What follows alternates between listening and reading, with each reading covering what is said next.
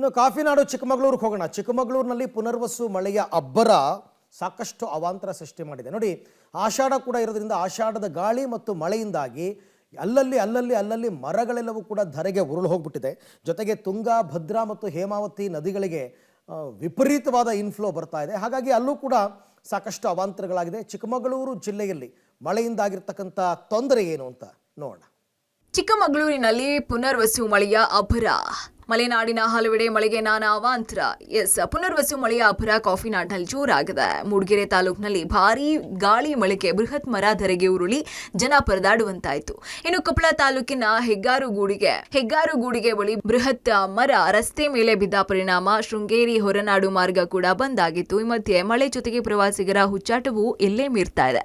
ಒಂದ್ ಕಡೆ ಮಳೆ ಜೋರಾಗಿ ಸುರಿತಾ ಇದ್ರೆ, ಮತ್ತೊಂದ್ ಕಡೆ ಪಶ್ಚಿಮ ಘಟ್ಟ ವ್ಯಾಪ್ತಿಯ ರಾಣಿಜರಿ ಬಳಿ ಮಂಗಳೂರು ಮೂಲದ ಯುವಕರು ರೀಲ್ಸ್ ಹುಚ್ಚಿಗಾಗಿ ಹುಚ್ಚಾಟವನ್ನ ಮೆರೀತಾ ಇದ್ದಾರೆ. ಕುಡಿದ ಮತ್ನಲ್ಲಿ ರಸ್ತೆಯಲ್ಲೇ ಕೆಸರು ಗದ್ದೆಯನ್ನಾಗಿ ಮಾಡಿದಂತಹ 4 ಬೈಕ್ ಸೇರಿ 5 ಬಾಳೂರು ಪೊಲೀಸರ ಅತಿಥಿಯಾಗಿದ್ದಾರೆ.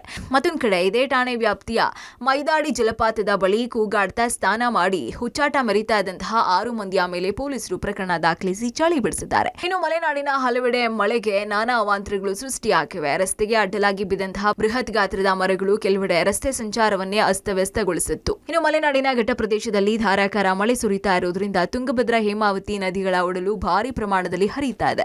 ಇನ್ನು ನದಿಗಳ ಅಕ್ಕಪಕ್ಕದ ಗ್ರಾಮಗಳು, ಹೊಲ ಗದ್ದೆ, ತೋಟಗಳು ಜಲಾವೃತಗೊಳ್ಳುವ ಆತಂಕ ಎದುರಾಗಿದೆ. ಶೃಂಗೇರಿಯ ಕಪ್ಪೇಶಂಕರ ನಾರಾಯಣ ದೇಗುಲ ಕೂಡ ಮುಳುಗೋಗುವ ಹಂತ ತಲುಪಿಬಿಟ್ಟಿದೆ. ಇನ್ನು ಜಿಲ್ಲಾಡಳಿತ ಮುಂಜಾಗ್ರತಾ ಕ್ರಮವಾಗಿ ಚಿಕ್ಕಮಗಳೂರು, ಶೃಂಗೇರಿ, ಕೊಪ್ಪ, ಎನ್ಆರ್ಪುರ, ಕಳಸ ಹಾಗೂ ಮೂಡಿಗೆರೆ ತಾಲೂಕಿನ ಅಂಗನವಾಡಿ, ಪ್ರಾಥಮಿಕ ಹಾಗೂ ಪ್ರೌಢಶಾಲೆಗಳಿಗೆ ರಜೆ ಘೋಷಿಸಿದೆ. ಒಟ್ಟಾರೆ ಕಾಫಿನಾಡಿನಲ್ಲಿ ಪುನರ್ವಸು ಮಳೆ ಅಬ್ಬರ ದಿನದಿಂದ ದಿನಕ್ಕೆ ಚುರುಕನ್ನ ಪಡ್ಕೊಳ್ತಾ ಇದೆ. ಕ್ಯಾಮರಾಮನ್ ಪುನೀತ್ ಜೊತೆ ನಾರಾಯಣಗೌಡ, ಪಬ್ಲಿಕ್ ಟಿವಿ, ಚಿಕ್ಕಮಗಳೂರು.